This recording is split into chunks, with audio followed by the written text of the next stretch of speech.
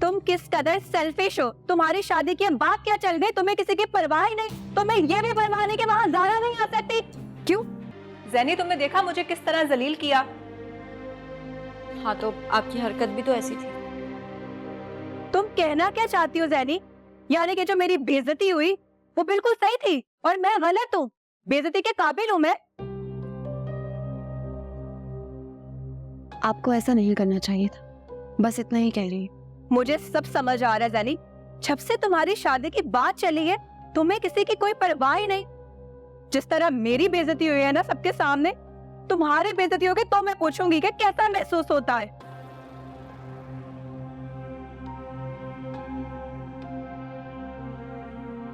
अगर डॉली का ऐसा कोई इरादा होता ना तो अब तक खामोश ना रहती। तुम बहुत भोली हो ज़ैनी, लेकिन मुझे सब समझ आ रहा है। उसने ये सब कुछ मुझे सबके सामने झुकाने के लिए किया है ताकि मेरा सर उसके आगे हमेशा झुका रहे। लेकिन मैं भी देखती हूँ कि वो यहाँ आकर कैसे खुश रहती है। आपके साथ प्रॉब्लम क्या है? आप क्यों हाथ धोकर उसके पीछे पड़ गई हैं? आपको अंदाजा भी है आपकी इस हरकत की वजह से मेरा घर भी बर्बाद हो सकता है। ये किस तरह की बात कर रही हो तुम मुझसे ज़ैनी? हाँ तो आप भी बस कर देना। आप तुम किस कदर सेल्फिश हो। तुम्हारी शादी के बाद क्या चल गई, तुम्हें किसी की परवाह ही नहीं। तुम्हें ये भी परवाह नहीं कि वहां ज़ारा नहीं आ सकती। क्यों? उसे क्या इशू होगा? अम्मी ने मुझे बताया है माही आपी का रिश्ता आया है और जुम्मे को निकाह है। जब वहां निकाह हो सकता है तो फिर यहाँ निकाह और रुखसती क्यों नहीं हो सकती?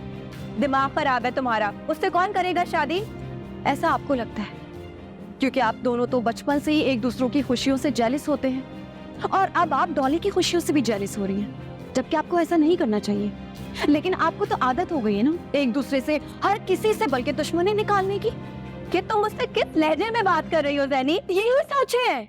मैं उनसे हसद नहीं करती, मैं उनसे हर लिहाज में बेहतर हूँ। उल्टा वो हसद करती है मुझसे।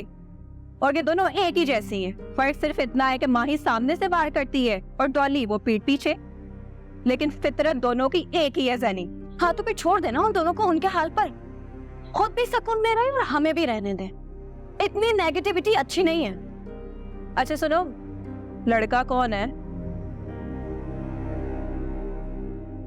वो जो आपके और ज़ारा के सीनियर प्रोफेसर थे, सर आलम, जो घर भी आया करते थे आपको अकाउंट्स पढ़ाने, उन्हीं का भांजा है। और हाँ, सर आलम की बेटी आपकी फ्रेंड भी तो थी ना?